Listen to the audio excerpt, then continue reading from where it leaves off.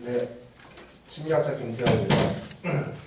제가 불안진폭사에서 이 범죄 문제를 다루긴 했었는데 요즘에 그게 예언한 것처럼 하도 터지니까 여기저기서 관심들이 많은 것 같은데요. 언론에서는 이걸 묻지마 범죄라고도 부르고 또 사회 증오형 범죄라고 하는 사람들도 있고요. 또 저희 심리학 쪽 입장에서는 또 분노 범죄라고도 부릅니다. 분노형 범죄.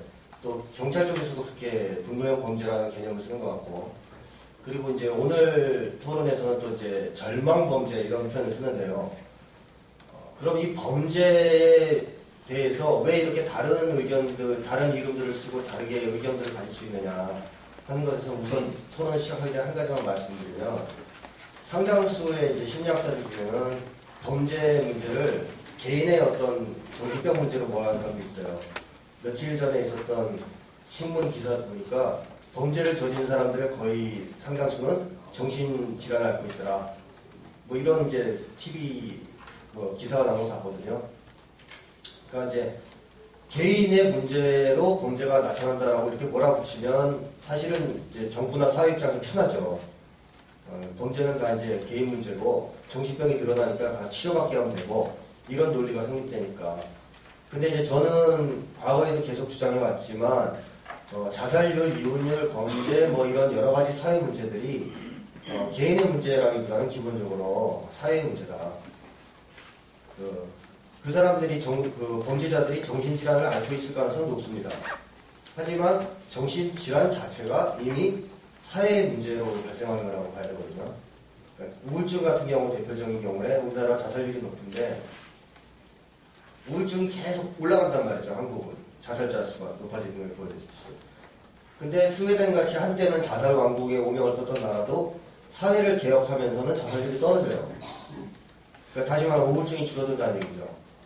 그러니까 이것은 사회가 어떠냐에 따라서 정신질환 자체가 오르락내리락하는 겁니다. 똑같이. 그리고 그 정신질환의 근거를 둔 범죄도 역시 증가와 감소가 이제 반복되는 것이고, 따라서 이건 이제 개인의 문제라기보다 이제 사회 문제로 봐야 된다 하는 게 제 입장이고, 오늘은 그런 입장에서 이제 발제를 하겠습니다.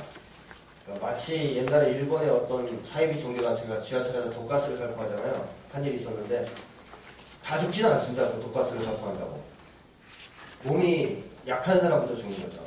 그거랑 똑같이 사회가 병들면 모두 다 한꺼번에 우울증 걸리고 범죄자가 되진 않지만 가장 약한 사람 혹은 또 마음이 좀 삐뚤어진 사람부터 범죄자가 될 수 있는 거죠. 어쨌든 범죄자가 그런다는 것은 확실합니다. 그리고 이 이제 현재 한국에서 벌어지고 있는 상당수의 범죄들의 배후에는 감정적으로 분노가 있습니다. 분노. 그러니까 한국 사람들이 화가 나 있는 거죠. 굉장히 화가 나 있고 분노하고 있는 건데 왜 사람이 분노할까? 이 문제를 이제 생각을 해봅니다. 심리학에서 가장 일반적으로 얘기하는 분노의 원인은 좌절입니다. 욕구 좌절. 정당한 욕구든 뭐든 할 때 욕구가 좌절되면 사람은 분노하고 그 분노가 공격적인 행동을 유발할 수 있다는 것이 아주 정설이거든요. 이것은 일반적으로 여러분들이 많이 체험을 해보셨던 걸 겁니다. 뭐 이론상으로만 존재하는 문제가 아니고, 이제 뭐 예를 들면 너무 화장실이 급한데 공공 화장실에 갔더니 문을 잠가놨더라든가. 그 순간 굉장히 화가 납니다. 이 욕구가 좌절되면서. 아니, 이게 왜 화장실 문을 잠그는 거야, 도대체. 그 화장실 문을 잠그는 사람이 누군지도 모르지만 분노가 속으로 치솟아 나오는 거죠. 또 뭐, 사회적으로 존중받지 못하고 무시당했다, 어디 갔을 때. 그랬을 때 분노하시죠. 확 분노가 올라와요. 왜? 존중받고 싶은 욕구가 좌절됐기 때문에. 그 순간, 분노가 올라오는 거죠. 이런 식으로 욕구가 좌절이 되면 그 순간 분노가 오고, 그 분노는 어떻게든 해결돼야 된단 말입니다. 이게 이제 보통 공격적인 행동을 유발하는 경우가 많습니다. 근데 이제 한국 사회에 그럼 한국인들이 계속적으로 분노 수준이 올라오고 있다는 거, 이것은 그럼 뭘 보여주는 거냐 하면 한국 사회가 한국인들의 욕구를 좌절시키고 있다는 거죠. 아주 광범위하게. 정당한 욕구들을 계속 우리 국민들의 욕구를 좌절시키고 있기 때문에 분노가 누적되고 이런 분노가 범죄 발생으로 이어지고 있다. 이런 진단이 가능한 겁니다.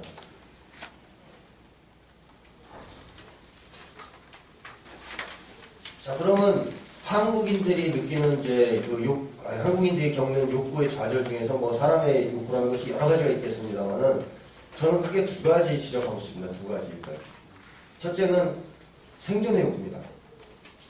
이 사람이 말이죠. 최소한 이 생존 위협은 받지 말아야 되는데 이 한국 사회가 그 IMF 이후 이제 신자유주의가 들어오고 그러면서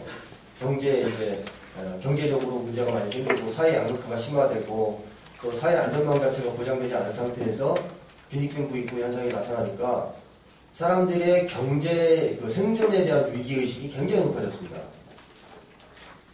가난한 사람은 가난한 대로 높고요. 돈 있는 사람도 높아요. 그러니까 땅 투기나 집 투기를 왜 하냐면 돈 있는 사람도 한국 경제에 대한 불확실성, 미래에 내가 어떻게 될지 모른다는 이 불안감 때문에 그 사람들도 결코 자유롭지 못합니다. 생존 위협에서. 거의 그러니까 모든 한국인들이 생존 위기를 느끼고 있다. 생존 위협을 받고 있다. 죽으라고 일을 해도 겨우 생존을 할까 말까 하는 상황, 버텨나가기 힘든 상황. 또 졸지에 해고라도 당하면은 자기만이 아닌 가족들까지 다 생존을 못하게 되는 상황. 이런 공포가 굉장히 크다는 거죠. 그러니까 이제 사회 안전망이 없다는 것이 이제 이것을 훨씬 더 부추기고 있다고 이제 보는데 한국이 어쨌든 한국인들은 거의 대부분 불안감의 원인을 찾아보면 생존에 대한 불안감이에요. 먹고 사는 문제. 이 문제를 다 갖고 있다는 거죠. 이게 이제 결국에는 생명을 위협하는 것이라고도 볼 수 있는 겁니다. 이 생존 위협은. 그리고 생명을 위협할 때는 당연히 굉장한 좌절감을 느끼게 되고 분노를 느끼게 돼 있습니다. 그러니까 한국 사람들의 경우는 이런 생존 위기, 생존 위협에서 벗어나지 못하는 한은 분노가 줄어들기 힘들다. 그리고 따라서 범죄도 줄어들기 힘들다. 이렇게 저는 보고 있습니다. 그리고 두 번째 이제 또 욕구 중에 하나가 말이죠. 뭐 그런 얘기 하는 사람도 있어요. 옛날에 어떤 당에서는 최저임금 갖고 먹고 살 수 있는 걸 증명하기 위한 실험을 한 의원님도 계셨는데, 뭐 너희가 사람이 생존 위협까지 받는다는 근거가 있느냐, 한국 사회에서. 뭐 라면이라도 사다 먹고 최저임금 받아가지고 그 다음에 뭐 방에서 나오지 말고 돈 쓰지 말고 버티고 그렇게 해서 그냥 목숨을 지킬 수 있는 거 아니냐, 이런 논리를 가지고 이제 생존 위협을 안 받는다 이런 얘기하는 분들이 있는데, 이 사람에게는 어떤 게 있냐면 말이죠. 사람으로서 인정받고 싶은 욕구가 있어요. 당연히. 존중받고 싶은 욕구. 사회로부터. 인정받고 존중받고 싶은 욕구가 있어요. 이게 좌절될 경우에는 생존의 욕구를 포기하기도 합니다. 자살하게 돼요. 다시 말하면 먹고는 살 수 있는데 그냥 버는 돈 갖고 아무것도 안 하고 집에서 그냥 쌀하고 라면 사다 놓고 먹고는 살 수 있지만 그렇게 사는 인생을 용납할 수가 없기 때문에 자살할 때 가족들까지 데리고 죽는 경우가 있어요. 애들까지. 왜? 애들도 먹지를 못해서 굶어 죽을 거라는 것 때문에 그런 게 아니고 어차피 살아도 나처럼 비루한 인생을 살 거 아니냐. 즉 사람 대접 못 받고 살 거 아니냐. 이런 생각이 들기 때문에 같이 죽는 건데요. 그러니까 사람은 누구나 다 그렇게 사람으로서 사회로부터 인정받고 존중받고 싶은 욕구가 있는데 그게 좌절되면 또 불가하게 되죠. 그러니까 예를 들면 청년들 같은 경우에 이제 뭐 낮은 일자리 가서 불러라 하는데 그 이유 중에 하나는 거기 안 가려고 하는 이유 중에 하나는 보수가 나타나는 것도 있지만 사회적으로 무시를 당한단 말이죠. 그런 일을 하고 있습니다. 너 직업이 뭐냐? 뭐 이런 것도 물어본다든가 차 타고 다니면 차를 본다든가 벌써 한국 사회 이렇단 말이죠. 그럼 언제부터 한국 사회에서 이렇게 사회적 약자 또는 돈을 좀 적게 버는 사람을 무시하고 깔보는 풍조가 번졌느냐? 길게 잡아봤자 90년 된다, 제가 볼 때는. 그 전까지는 사회적 약자에 대해서 그렇게 노골적으로 차별하고 무시하고 깔보고 뭐 이런 분위기는, 경멸하는 그런 분위기는 별로 많지는 않았어요. 뭐 암암리에 있었다 하더라도 노골적이지는 않았다고 볼 수 있고 그렇게 심하지는 않습니다. 근데 이 승자독식의 원칙, 경쟁 원리가 도입된 다음부터 이게 굉장히 심해집니다. 이 승자독식이 무서운 게 뭐냐면 승리한 사람은 그야말로 스타가 되고 돈방석에 앉지만 패배한 사람은 정말 거지가 되지 않습니까? 그러다 보니까 전반적인 사회 구성원들이 이 승자에 대한 환상과 숭배와 또 한편으로는 질투심을 갖게 돼요. 시기심을. 반면에 패자에 대한 시각이 굉장히 나빠집니다. 왜? 패자들은 거지라는 걸 알기 때문에. 그때부터는 무시한 거죠. 패자들은 뭐 루저, 이경인간, 뭐 찌질이 이런 말을 써가면서 패자들을 무시하는 풍조가 생기는 거죠. 왕따도 그렇기 때문에 양극화가 심해질수록 왕따가 심해집니다. 학교에서. 일본도 그랬고 한국도 마찬가지입니다. 사회 양극화가 심해져서 약자들이 너무 비참한 상황에 몰리고 그 비참한 사람들을 깔보기 시작하는 풍조가 퍼질 때 어린아이들도 그걸 배워서 왕따를 하는 겁니다. 약자들을. 약자를 도와주고 뭐 격려해주고 위로해주는 시스템이 아니고 그런 사회의 심리가 아니고 약자를 무시하고 경멸하고 학대하는 이런 심리로 바뀐 거죠. 여기 이런 이제 사회 풍조 때문에 한국인들이 인간 대접을 받으려면 어떻게든 성공하고 어떻게든 돈을 벌어야 된다 이런 강박관념에 휩싸이게 됩니다. 그게 안 될 경우에 또 굉장한 좌절감을 느끼게 되죠. 이런 것들이 좌절되면서 한국인들이 정말 사회를 살면서 아득바득 일해도 생존 공포로부터 벗어나기 힘들고 또 그렇게 일하는 과정에서 인간 대접 못 받고 이런 걸 경험하면서 분노가 누적되는 거죠. 그렇다면 이런 식으로 한국 사회가 한국인들의 욕구를 끊임없이 좌절시켜서 분노를 유발한다. 그런 분노가 유발된 분노가 해결이 돼야 되지 않습니까? 어떻게든 화가 나면 해결이 돼야 되는데 이 해결되는 방식은 세 가지가 있어요. 크게는 하나는 건강한 사회개혁으로 분출될 수가 있습니다. 이 분노가. 그래서 뭐 최근에 유행했던 책 중에 분노하라고 이런 책도 있었는데 이 분노가 좋은 사회개혁 에너지로 쓰이는 경우가 있습니다.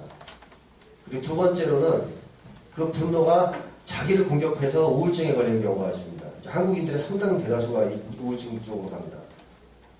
그리고 세 번째가 사회적으로 병적으로 표출되면서 범죄로 나오는 겁니다. 지금 이제 나타나고 있는 절망 범죄가 이제 이쪽이죠. 이런 세 가지 방향으로 분노 감정이 쓰일 수가 있어요. 우리가 생각할 때 제일 좋은 것은 당연히 건강한 방향으로 분노 감정이 해소됐으면 좋겠다 이렇게 생각을 하시겠죠. 그러니까 사회 개혁적으로 그 분노 에너지가 모아졌으면 이런 생각을 다들 할 텐데 그게 되려면은 전제 조건이 몇 가지가 있어요. 우선 첫째로는 분노하는 사람들이 자기가 왜 분노하고 있는지 그 원인을 알고 있어야 됩니다. 분노의 원인을 의식하고 있어야 돼요. 그게 없이는 분노 감정을 올바른 개혁 에너지로 쓸 수가 없죠. 그래서 이게 이제 하나가 전제 조건이고 두 번째는 그러한 것을 알고 있다 하더라도 그 분노 감정을 표출할 수 있는 통로, 다시 말하면 사회적 활동, 정치 활동의 통로가 있어야 됩니다. 근데 지금 한국 사람들 같은 경우는 정당 정치에 대한 불신이 굉장히 높기 때문에 이 사회적 통로가 막혀있다고 보면 됩니다. 상당 부분. 그러니까 정치 활동을 할 수 있는 가능성이 열려있지가 않다는 거죠. 그리고 단순하게 기성 정당을 통한 정치 활동만이 아니고 자기 회사에서의 민주화 활동을 할 수 있는 노동조합이라든가 학교에서의 학생회라든가 이런 것들이 굉장히 취약해져 있어요. 따라서 분노를 정당하게 표출하고 그걸 사회개혁의 에너지로 쓸 수 있는 이런 통로가 상당 부분 약한 상태죠. 근데 이게 있다면 아마 이쪽으로 갈 겁니다. 이 분노는. 좋은 쪽으로 갈 겁니다. 그 다음에 이제 세 번째 전제 조건은 분노가 해결될 수 있다. 내 분노가.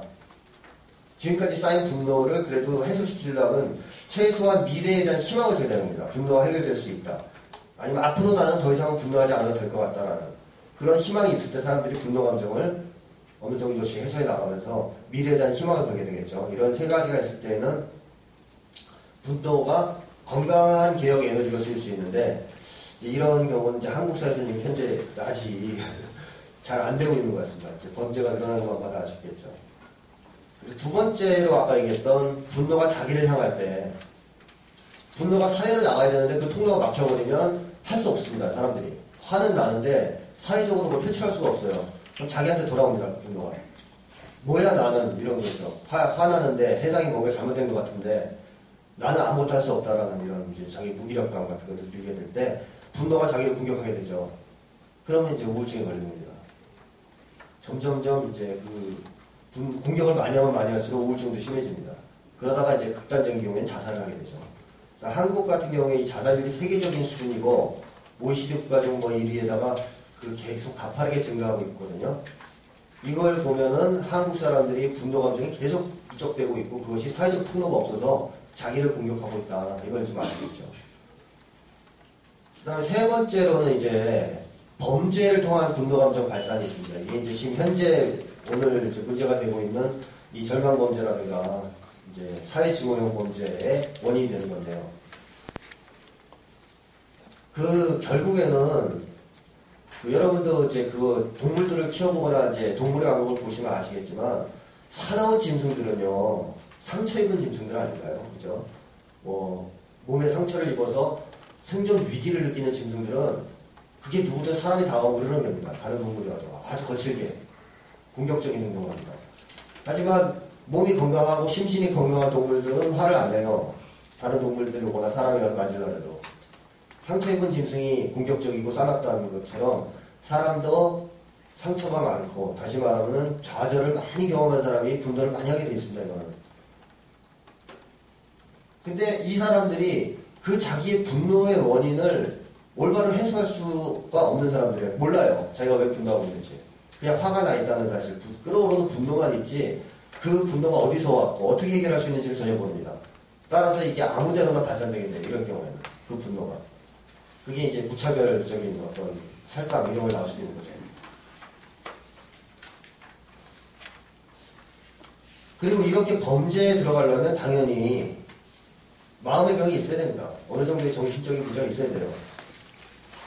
그리고 이 정신적인 문제가 있는 사람들이 주로 범죄를 한다고 볼 수 있습니다. 근데 우리가 이제 얘기할 수 있는 마음의 병, 이 범죄에 악용되는, 범죄에 이제 기본이 되는 마음의 병을 한 두 가지만 얘기하고 말이죠. 일단 인간 혐오 심리, 인간 증오 심리 같은 경우가 문제가 됩니다.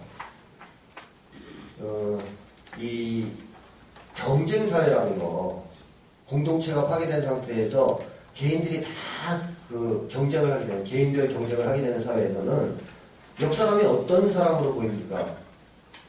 협력자로 보입니까요? 아니면은 적으로 보입니까? 적으로 보이겠죠. 학생들 같은 경우에는 친구가 아니고 적이고, 학점 경쟁을 하는. 취직 관문에서는 또 취직을 위해 놓고 싸우는 적이고, 사회 나와서는 성공과 출세를 위해서 적이고, 세상 사람들이 서로 화목하게 도와주고 살 수 있는 그런 사람으로 보이지 않습니다. 이 경쟁이 너무 치열해지면. 적으로 보인다, 적으로. 게다가 승자독식처럼 이긴 사람이 다 갖고 진 사람은 너무 못 가지면 사이가 더 나빠집니다. 미워하는 증오 정도가. 이게 확산되고 커지면 말이죠. 사람이 사람을 사랑할 수 없게 되죠. 사람을 돈으로 대하니까. 그리고 사회 전반적으로 인간 증오 심리가 퍼집니다. 인간 증오 심리. 이 인간 증오 심리가 퍼지는 만큼 범죄로 올라간다고 보시면 돼요. 왜? 범죄자가 사람에 대한 애정을 가지고 있고 신뢰를 가지고 있다. 그럼 범죄 못합니다. 그거는. 범죄자가 아니겠죠. 아무리 분노했더라도 인간에 대한 애정과 신뢰가 남아있는 한은 분노형 범죄를 저지르기가 힘들어요. 근데 이런 사람들은 대체로 보면 인간 자체를 증오합니다. 한마디로 세상으로부터 사랑을 받아본 경험이 없어요. 이 사람들이. 그렇기 때문에 사람을 신뢰하지 않고 사람을 사랑할 줄 몰라요. 그러니까 죽일 수 있는 거고 범죄를 저지를 수 있는 겁니다. 그 다음에 또 하나의 마음의 병 중에 커다란 것이 수치감과 고립감인데요. 일단 수치감은 사회가 나를 버렸다라는 감정이에요. 세상이. 개인적으로 보면 부모로부터 버림받은 감정도 포함되겠습니다만 이제 성인의 경우에는 이 수치감은 세상이 나를 버렸다라는 감정입니다. 나는 버림받았다. 이 세상에서 인간으로서 인정받고 있지 못하다.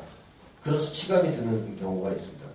그리고 또 하나는 고립감인데 공동체가 없어지고 주변에 같이 의존할 친구나 뭐 이렇게 같이 할 사람들이 없어지고 그 다음에 사회가 무섭고 이 치열한 경쟁 사회가 너무 무섭고 이러다 보면 점점 사회로부터 심리적으로 후퇴합니다. 직장에 나가서 일을 하더라도 일하는 과정에서 개인적으로 고독감을 느끼면서 혼자 있어요. 그러니까 몸은 관계 속에 있어도 심리적으로는 고립되어 있는 거죠. 이런 고립감을 느끼기 시작하는 거죠.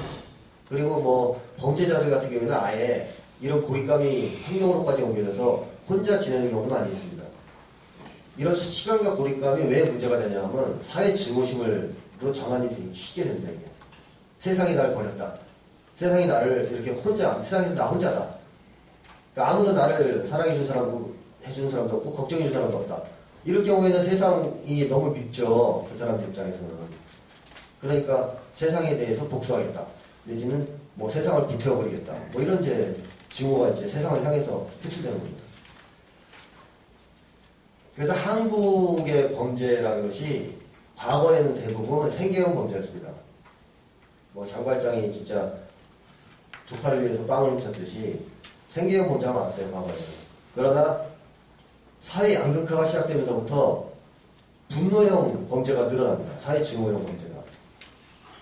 옛날에 지종파들 나왔었어요. 뭐 이제 지종파 범죄가. 그 사람들은 부자들만 골라 죽였어요, 그래도. 그러니까 처음에 양극화가 심화되니까 이 사람들이 부자들이 미워지고 부자들만 죽였어요. 이게 이제 1단계죠. 타겟을 정해서 죽이는 1단계. 부자들만 죽인다거나 또는 뭐 인종적으로 외래인종을 죽인다든가 아니면 사회적 약자, 장애인을 죽인다든가 이게 1단계고요. 한 단계에서 진화하면 조송이 같은 사람이 나오는 겁니다. 가리지 않고 싹 죽이는.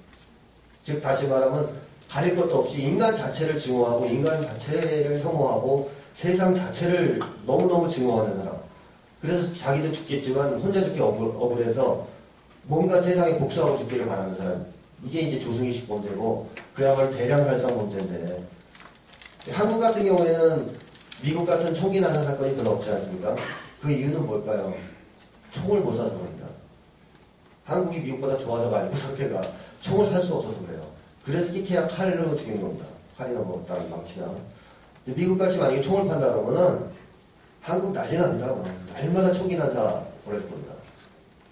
그래서 총을 안 파는 건 잘하는 일인데 그렇다고 해서 뭐 우리는 미국보다 낫다 이렇게 자유할 수 있는 건 아닙니다. 우리도 역시 총기만 있다면 미국 못지않은 이런 대량 살상이 벌어질 수 있는 그런 사회 분위기는 형성되어 있습니다. 자, 그 다음에 세 번째로 또 이 범죄자가 양산된단 말이죠. 사회가 부정의해야 됩니다. 정의로운 사회에서는 범죄율이 줄어들게 돼 있습니다. 이거는. 예를 들어서 극단적으로 말이죠. 거의 모든 국민들의 욕구를 좌절시켜서 분노를 유발했습니다. 근데 이 사람들이 그 분노를 범죄를 표출하려고 하는데 사회가 굉장히 정의로워요. 그럼 제동이 좀 걸려요. 이렇게 다들 건전하게 사는데 범죄를 저지른다는 것이 왠지 다른 식으로 어떻게 분노를 좀 표출을 해볼까 이런 쪽으로 방향이 바뀌어요. 근데 만약에 사회가 그런 맥락에서 사회가 부정의하다 그러면 이 사람들은 거의 그죠 천국만마를 얻은 거죠. 정신적으로 자기 합리화하기 너무 좋잖아요. 이 세상 다 도둑질하는데 왜 나는 안 되나? 뭐 나는 성폭력범이라고 뭐 하지 뭐 있는 놈들은 돈 갖고 뒤에서 성폭력하는 거 아니냐 장자연 사건처럼 그런 심리가 있는 거예요. 너희들도 하는데 나는 없으니까 없는 방식으로 좀 해보겠다. 그러니까 이제 사회가 부정의하면 범죄율은 치솟게 돼 있는데 뭐 현 정부 들어서 범죄율이 올라가는 게 우연은 아니라고 봅니다. 그런 점에서. 그러니까 한국 사회가 뭐 경제 민주화라는 것도 좋고 당연히 해야 되겠고 그 플러스 알파로 간다면 도덕적인 조건이 들어서야 됩니다. 그러니까 사람들이 이 도덕이 얼마나 중요한가 하는 것을 요새만큼 뼈저리게 느끼는 때가 없을 텐데 이 도덕적인 조건이 들어서지 않으면 좋아질 수가 없습니다. 지금 중학교 한번 가보세요. 중학교를 깡패들이 장악하고 있어요. 그 깡패들이 하는 말이 그겁니다. 우리 아들도 그 얘기를 해와서 우리 아들 깡패는 다행히 아닌데요. 깡패들에서 얘기를 해요. 지금 학교에서 잘 나가려면 두 가지가 있어야 된다. 힘과 백. 힘 세야 되는데 힘 센 거가 많으면 안 된답니다. 백이 있어야 된다. 백. 인백. 한국 사회 그야말로 치초판이죠. 지금 학교가. 다만 한국 사회에 있는 지배층은 그 중학교에 있는 깡패들처럼 무식하게 행동하지 않고 교활하게 자기를 포장할 뿐이지 힘으로 남을 압박하는 건 똑같죠. 그리고 백으로 똘똘 뭉쳐가지고 패거리를 뭉쳐가지고선 국민들을 이렇게 억압하는 것도 똑같고 결국 그러다 보니까 이 학교는 지금 난장판이고 학교 범죄 엄청 심해지고 있죠. 아마 이 한국 사회 자체가 도덕적으로 정화되지 않으면 학교 폭력도 없어지기 힘들 겁니다. 전에 정부에서 특단의 대책을 내서 학교 폭력을 뭐 추방하겠다 해서 학교 앞에서 경찰들 쭉 세워놔서 저도 가서 봤는데요. 우리 애들한테 물어봤습니다. 범죄가 줄어들었느냐 학교 폭력이. 아니라고 합니다. 효과가 없답니다. 깡패들은 여전히 학교에서 지배권을 행사하고 있어요. 자, 그리고 이제 마지막으로 네 번째로 쾌락주의를 부추기는 사회 환경도 문제가 됩니다. 그러니까 한국 사람들이 뭐 인생의 낙이 뭐냐 그러면 대체로 봅니다. 하나는 돈 벌어서 먹고 살 걱정에서 해방되는 거. 두 번째로는 잘 노는 거. 스트레스 푸는 거. 근데 이 쾌락주의, 놀고 뭐 즐기고 이런데 몰입하는 사람들은 대체로 스트레스를 많이 받는 사람들이에요.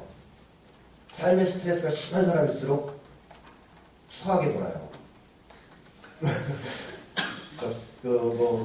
접대하시는 분들한테 얘기 들어봤습니다. 이제 스트레스 많이 받는 쪽 사람들이 제일 지저분하게 논다고요. 왜? 스트레스를 너무 많이 받으니까 그걸 어떻게든 해소를 해야 되는데 그 불건강한 방법으로 해소를 하는 거예요. 그러니까 이제 한국 사회가 이런 쾌락주의가 넘치는 것도 그만큼 사람들한테 스트레스를 많이 주기 때문이죠. 그러니까 술 먹고 놀아야 된다 이제 어떻게든 그 고통에서 벗어나려면. 근데 이걸 부추기는 또 예를 들어 성문화, 잘못된 성문화, 성매매 산업의 번창 이런 것들이 그리고 이제 뭐 성을 상품화하는 풍조의 확산 이런 것들이 범죄자들한테 큰 영향을 주죠. 당연히 그 사람들은 돈이 없으니까 장자연을 어떻게 할 수는 없는데 같은 레벨에서 놀 수는 없는데 범죄를 저질러서라도 어떻게든 자기 욕망을 채우려고 합니다. 그러니까 성범죄는 사실 성욕에 의해서만 작용되는 게 아니다 이게. 그 사회적으로 상승하고자 하는 욕구 같은 것도 굉장히 많고 사회적으로 부실한 것에 대한 보복 심리도 굉장히 많습니다. 성폭력은 기본적으로 공격이거든요. 여성에 대한. 자, 어쨌든 이제 지금까지 말씀드렸지만 이런 네 가지 조건이 충족되면 범죄를 나가요. 분노가. 한국 사회가 지금 이쪽 네 가지 조건이 굉장히 좋다는 거죠. 분노가 이제 이쪽으로 나갈 수 있는 가능성이 높다는 겁니다. 그래서 범죄율이 계속 가파르게 이제 상승하고 있는 거죠. 뭐 이제 자료는 다 아실 테니까 이제 뭐 범죄율이 상승하고 있다는 거는 너무 잘 아실 테니까 이제 그 얘기는 정리하고요. 앞으로 여기 계신 분들이 그 한국 사회 개혁 방향에 대해서 다 얘기를 해주실 겁니다. 그래서 저는 이제 마무리로 몇 가지 부탁만 하고선 정리를 하겠습니다. 우리 한국 사회가 건강하게 개혁이 되지 못한다. 다시 말해 경제민주화, 정치민주화, 그 다음에 도덕적인 가치를 회복하지 못한다. 그러면 분노수도 올라갈 겁니다. 계속. 그리고 거기에 따라서 정신장애, 우울증, 자살, 범죄 다 같이 올라갈 겁니다. 그리고 만약에 우리가 조금 전에 얘기했던 과제들에 성공을 한다면 범죄율만 떨어지는 게 아니다. 다 떨어질 겁니다. 아마. 정신질환, 자살률, 우울증, 범죄율 다 한꺼번에 떨어질 겁니다. 이런 점에서 현재의 범죄를 총칼로 뭐 이제 내지는 교수형을 시켜서 뭐 어떻게 해보겠다. 이제 앞으로 뭐 미성년자 성폭행범은 무기징역을 하겠다 이런 보도도 나왔었는데 일시적 효과는 있어요. 없진 않아요. 학교폭력 그때 엄단한다 할 때 경찰이 쫙 깔렸을 때 약간 눈치 보는 경향이 있었다 그러더라고요. 친구들 우리 아이들 얘기 들어보니까 깡패들이 약간 신경을 쓰는 듯한. 근데 이제 좀 지나니까 돌아오면 타부들이라 이거죠. 이게 그러니까 강력 처방만으로는 안 된다는 거죠. 원인 제거를 안 한 상태에서 위증요법으로 대증요법으로 계속 처벌만 해서 이걸 제도공을 걸 수는 없다. 범죄를. 앞으로 아마 그런 시도는 다 실패할 가능성이 높습니다. 실패할 거라고 봅니다. 저는. 그래서 결국 우리가 해야 되는 것은 이제 한국 사회 개혁인데요. 잘 아시겠지만 뭐 분노 범죄는 또는 이제 이 절망 범죄는 우리가 잘못된 사회 모델을 채택한 결과입니다. 뭐 우리라고 하면 안 되죠. 사실은 이제 우리라고 하면 조금 억울한 사람들 계실 겁니다. 뭐 현 정부든 뭐 과거 정부든 어쨌든 한국 사회 주도층이 잘못된 사회 발전 모델을 채택한 결과로 나온 겁니다. 이게 제대로 된 사회 발전 모델을 우리가 채택해서 그쪽으로 사회를 이끌어왔다면 범죄율이 이렇게까지 높아지지 않았을 겁니다. 그리고 이제 또 그렇기 때문에 아까도 계속 말씀드렸지만 처벌로만은 이 범죄 증가를 막을 수 없다. 역부족이다. 이런 것이고요. 그리고 세 번째로는 정치민주화, 경제민주화뿐만이 아니고 모두된 가치관을 유포하는 사회 분위기. 즉 부정의한 사회, 부정부패가 판치는 사회, 부도덕한 가치가 지배하는 사회, 뭐 물질만능주의, 개인주의, 개인이기주의 이런 것이 지배하는 사회 분위기까지 혁신하는 노력이 없다면 범죄를 줄이기가 상당히 어려울 것이다. 이렇게 보고요. 이 중에서 관건을 얘기해라. 너무 많이 얘기하지 마라. 뭐 이제 이거 다 받아들일 수 없다. 한다면 저는 제일 처음으로 해야 될 게 있다면 사회 안전망이라고 봅니다. 옛날에 책에서도 그렇게 얘기했지만 왜 한국인들이 느끼는 이 두려움, 공포의 가장 큰 원인은 생존공포입니다. 뭐니 해도. 따라서 사회 안전망부터 만들 필요가 있습니다. 이거는 국가에서 뭐 돈이 얼마가 들고 뭐 어쩌고 이런 소리 할 게 아니고 사회 안전망을 만들지 않으면 사람들이 정신적으로 병들고 공포감 때문에 분노가 생기고 그러면서 사람들이 정신장애가 되든 범죄자가 되든 사람 자체가 다 망가져버린다는 관점을 가지고 접근해야 된다. 이 사회 안전망. 그러니까 경제적으로 뭐 재분배의 문제가 아니라는 거죠. 이건 정신건강의 문제라는 거죠. 예를 들자면 화학이 오염이 돼서 우리 서울 시민 다 죽는다. 오존이 너무 심해져서 그러면 다 들고 일어날 거 아니에요? 거기에 뭐 돈이 문제가 됩니까? 오존 그 처리 비용이 뭐 너무 많아서 못하겠다. 이런 얘기 안 나오죠. 건강 문제니까. 똑같습니다. 정신건강도. 정신건강이 악화되면 우리 한국 사회 망하겠죠. 사람들이 다 정신적으로 병들면. 그걸 회복시키려면은 몸이 병든 것보다 훨씬 더 돈이 많이 들고 시간도 많이 걸립니다. 따라서 이 한국 사회의 이 사회 안전망 문제는 인간의 존엄과 정신건강의 문제에서 접근할 필요가 있다. 순수 경제적 문제로 접근하기보다는 뭐 이런 말씀을 드리면서 끝내겠습니다. 감사합니다.